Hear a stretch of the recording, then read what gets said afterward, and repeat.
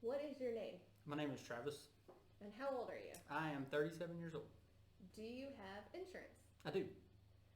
What diagnosis are we discussing with you today? Young onset Parkinson's disease. Now, prior to this, did you have any pre-existing conditions? I did have some pre-existing conditions from being in the military, but mainly it was like joint issues and things like that. Okay. Any that you specifically take medications for? No. Okay. What would you say was your first noticeable symptom? In August of last year, I noticed that I had a tremor of my right hand, which is my dominant hand, and it was a little concerning because nobody really knew where it came from. I honestly thought it was in my head for a long time. Now, I know that you had some nerve damage in your shoulder. Yes, I do, and I originally thought it was probably related to that, and I was like, well, it's probably just my shoulder causing issues further on down my arm, and didn't really even consider that it could be, Parkinson's. So it started in August of 2019. When did you first go see a doctor about it? In about November, I went to my primary care doctor, and she was a little concerned about it. So she said, well, why don't we go ahead and get you with a neurologist here in town and see what he says. And what did they think at the very beginning? Actually, at the very beginning, he was like, well, I don't think it's Parkinson's because you don't have what I would typically consider Parkinsonian syndromes. So he did go ahead and do all the tests. He did the MRIs, the blood work, and everything like that, and all of that came back normal. And when that came back normal, he said, well, we should really get a second opinion on this. So do you know what they were looking for in the MRI and the blood work? The MRI, they were looking for a brain tumor. They were trying to rule that out in the part of the brain that controls my right side. Fortunately, there was nothing there.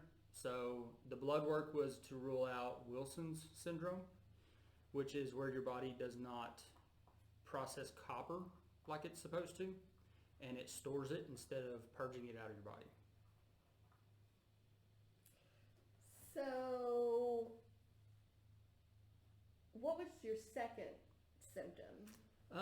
Once we started talking about Parkinson's, I started looking back over the past 2 years, and I was like, wait, I do notice that if the ground's not level, my feet kind of skip off of it.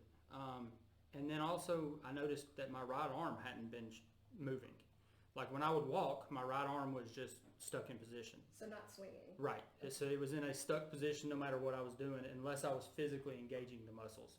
And then I started thinking, maybe it could be Parkinson's disease.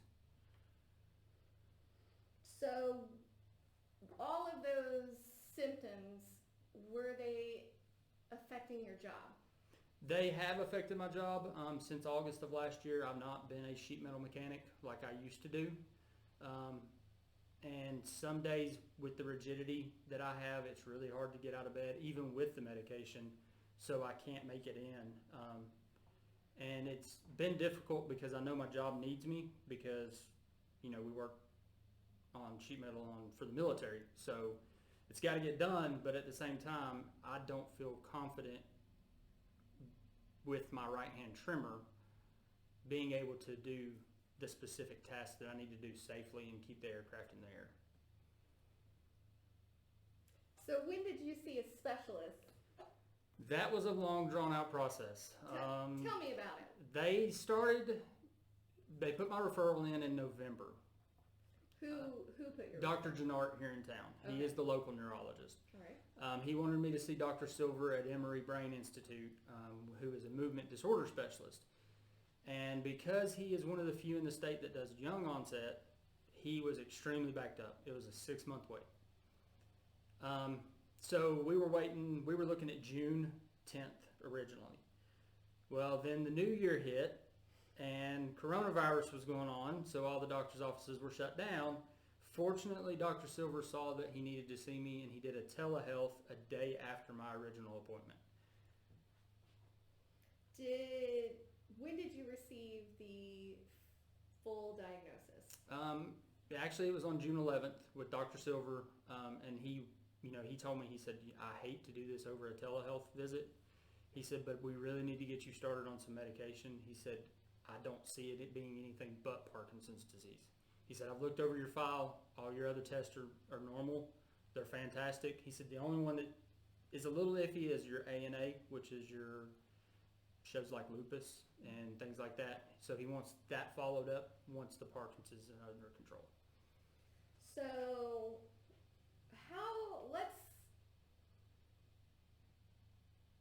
when your symptoms first started and you had all of these things going on, how did you process that information prior to getting a diagnosis? To be honest, if I was not on venlafaxine for depression and anxiety already, I would have probably shut down, to be honest. Because, like I said, I thought I was going crazy. I was like, my hand's moving, why isn't it stopping? And when I would engage my muscles, it would stop. So I was like, well, why can't it just stop all the time? So is there a time period of which you quit doing certain things? I still try to stay as active because active is very important for Parkinson's. But it's to the point now where I'm like, well, if I don't stop and take time for myself and try to do everything I can now before the disease gets worse, I don't think that I'm going to be physically ready in 10 or 15 years. So I'm actually looking at possibly, being put on SSDI for Social Security, which is disability. That also correlates with other things going on from the military as well, with the other injuries. So have you ever felt angry regarding your diagnosis? No, I've actually never felt angry about it. I've always tried to live my life under the guise of, do you let something define you or do you let it drive you? And I don't let anything define me, so I'm going to let it make me be better in another, like another category. So do you feel that you sleep well? I do not sleep at all. That is the main drawback with the Mirapex, which I'm on now. The more you take, the less likely you are to sleep at night, and you try to sleep during the day. Parkinson's has this weird thing where it tries to flip your circadian rhythm. They don't know why it does it, but it just naturally does it anyways. And then on top of that, you take your medication. You're literally taking an upper all day long, so you're laying there at 1, 2 o'clock in the morning. So you take the medication in the morning? I take it in the morning, at lunchtime, and at nighttime. Okay, so it is going to be keeping you up? Yes. At night, okay. So you said you were on, what medication did you just say you were on? Mirapex. The generic for it is Pramipexole. Okay, and are you taking any other medications for I am. Parkinson? It's the venlafaxine can be contributed because Parkinson's causes you to be depressed, and it also causes anxiety because it's your brain that's messed up, so it can cause issues that you wouldn't think. So have you seen an improvement? The tremor is 100 times better than it used to be. I can actually eat soup with a spoon now and not look like I'm a toddler. So that's a lot better. As you can see, yes, I still do have a tremor, but if you'd have seen it before the medication, then you'd be like, what tremor? So have you noticed any side effects of the medications other than the sleeping issues? No, actually the main one they warn you about is it can make you have obsessive compulsive behaviors. It can make you addicted to some pretty strange things, and you all are all nursing students, so I'll go ahead and say it. Yes, sex is one of them. Gambling is another one. So have you seen any effect in your sex life? The sex life is, at the very beginning, it was decreasing. And it was not that I didn't want to do it. It was just that I was tired all the time. So it was not on the forefront of my mind.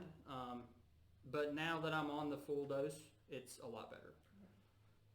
I'm trying to instill in the students that having conversation about reproduction and sexual health Is normal. So appreciate you answering the question. So how would you say that this has all affected your mental health? You said that you're using it to drive you forward.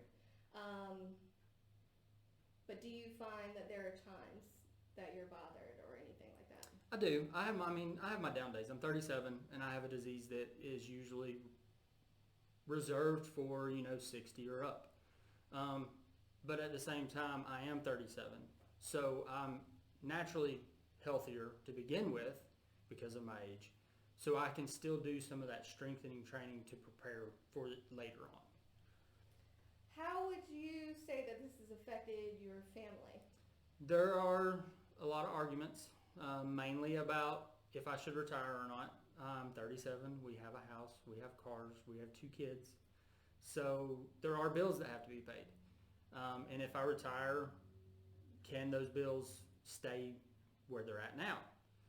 Fortunately, I do receive some VA, and I will hopefully receive the SSDI, which is less than what I'm making at a full-time job, but it's not enough that we can't compensate.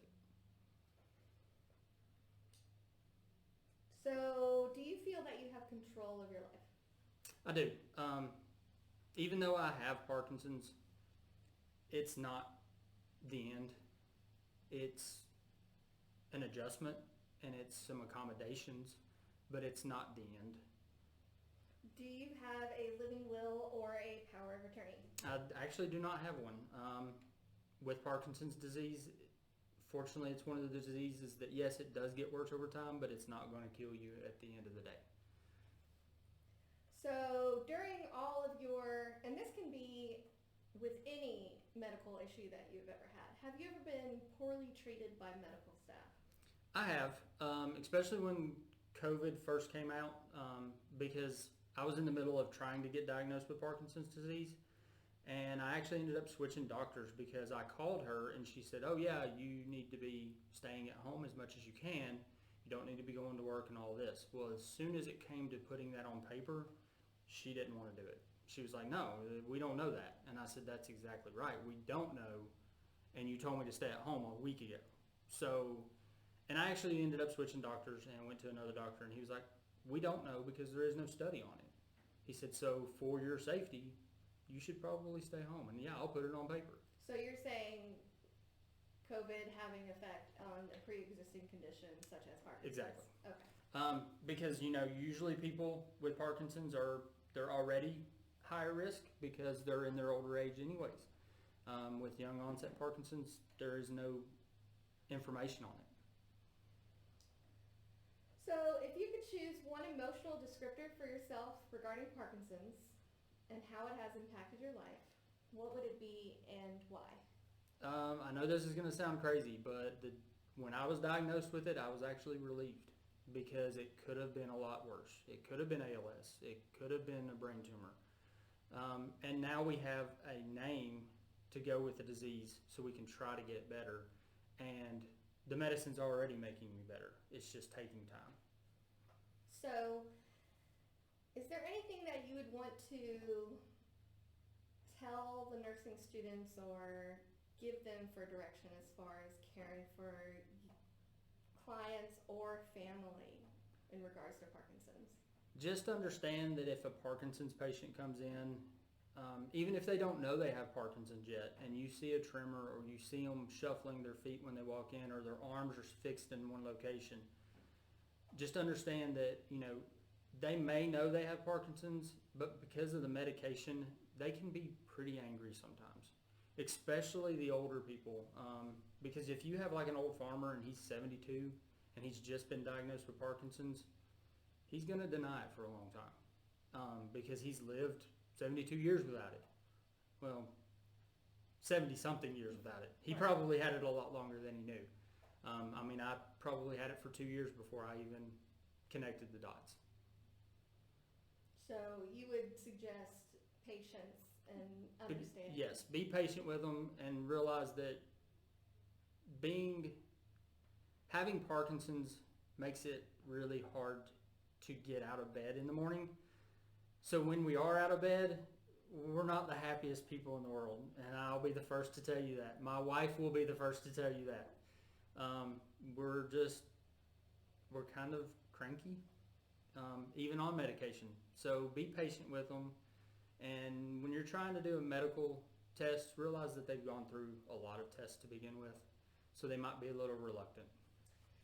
So does it take you longer, because you've mentioned a couple things in the morning, does it take you longer to get certain tasks done? It does. I actually take my medication at 6 a.m. Taking the medication at 6 a.m. allows me to be at work by 9 a.m. If I don't take it by 6, if I sleep in that morning, I'm not going to be out of bed by 9. I have to adjust my whole entire schedule on my medication. I carry a pill bottle around with me everywhere I go, just in case I'm out when my next dose is due. If I miss that dose by an hour, that's when you start noticing the tremor and the feet shuffling and the rigidity a lot more. So if you quit taking the medication, the symptoms come back fully? Pretty much guaranteed to.